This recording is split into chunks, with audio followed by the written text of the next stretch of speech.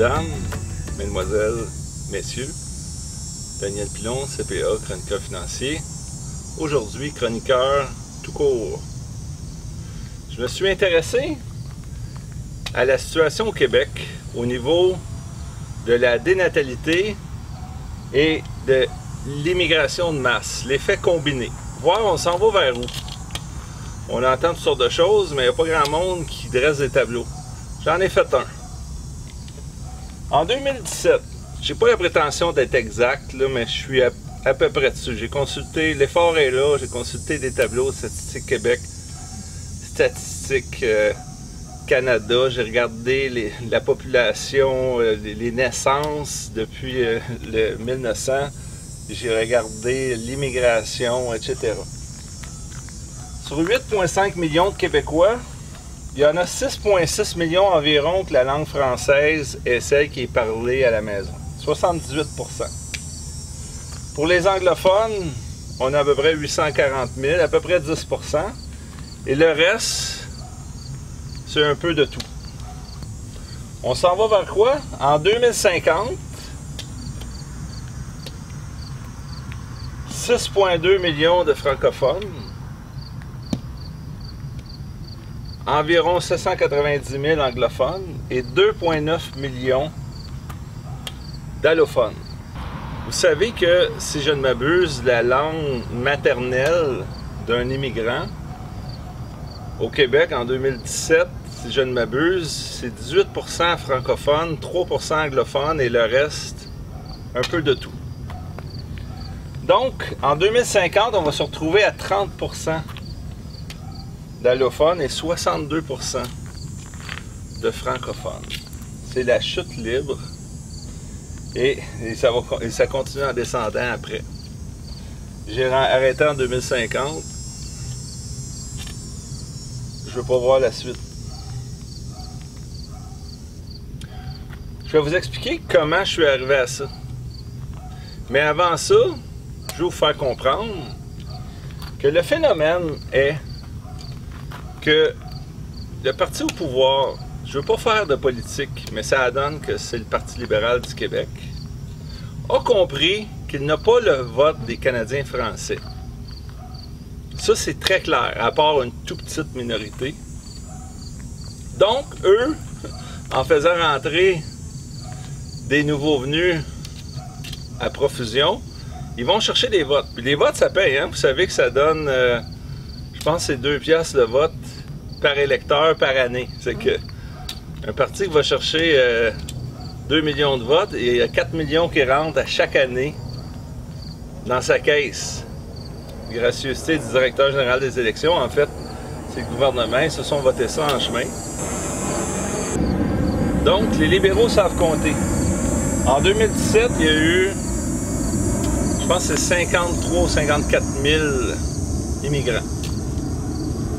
On va regarder de plus près ce qui se passe à l'instant. Vous voyez, en 2017, il y a eu 83 900 naissances.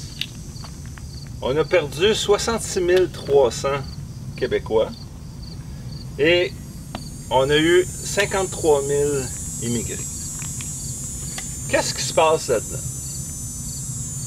C'est qui décède? Principalement, à 90% et plus, ce sont des Québécois francophones. Parce que c'était eux qui étaient là majoritairement dans les années 20, 30. Et dans l'immigration, on a 53 000 nouveaux arrivants, 18% de francophones, 3% d'anglophones. Il y en a qui vont me dire, oui, mais on sont obligés d'aller parler, apprendre l'anglais, mais la langue parlée, apprendre le français, dis-je, mais reste que la langue parlée à la maison, c'est évidemment la langue maternelle. Donc, c'est assez évident qu'en avançant dans le temps, étant donné le baby boom, qui est entre 1940 et 1965, où il y a eu une explosion des naissances au Québec. Je pense que l'année record, c'était en 1959. En 59, on avait 144 459 naissances. Toutes les années entre 1944 et 1968, on a eu en haut de 100 000 naissances.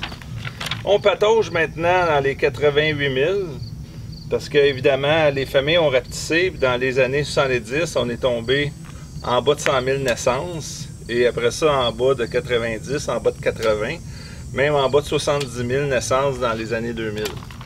Donc, au lieu d'encourager la natalité, on a dit on va rentrer des votes. Vous comprenez l'astuce? Donc, on va regarder l'évolution dans le temps. Restez là. Donc, en 2024, le nombre de francophones va descendre en bas de 75 %. On va être rendu 8,9 millions. En 2035, on tombe en bas de 70 % avec une population totale de 9,3 millions. En 2045, on tombe en bas de 65 % et en 2050, 62,4 % selon mes projections, sur une population totale de 9,8 millions. J'ai tenu compte de l'évolution démographique, comme je disais tantôt, du baby boom. J'ai tenu compte que jadis, étant donné les natalités des années 20-30, il y en avait beaucoup qui partaient jeunes ou à la naissance ou très jeunes. Donc, j'ai regardé les pourcentages de décès des 10 dernières années versus les naissances il y a 80 ans à peu près. Et c'était à peu près 75 % des naissances. On en a perdu beaucoup en chemin. Dans le temps, ça mourait jeune. J'ai augmenté le pourcentage en chemin. Donc, j'ai utilisé une méthodologie qui est logique. Peut-être pas exacte, peut-être pas parfaite, mais, mes chers amis, c'est là qu'on s'en va. Les Québécois sont un des rares peuples sur Terre qui a refusé de se donner une identité, un pays. On se rappelle les plus vieux du référendum de 1980, de 1995. Et c'est correct, c'est la majorité. C'est la majorité. Par contre, on parle de la survie d'une race, d'une nation. Moi, je vais promettre ça à la fin ici. On va être encore un petit peu majoritaire, mais mes enfants, mes petits-enfants vont voir ça. Et peut-être les vôtres aussi. Le moment est peut-être venu de voir la réalité en face.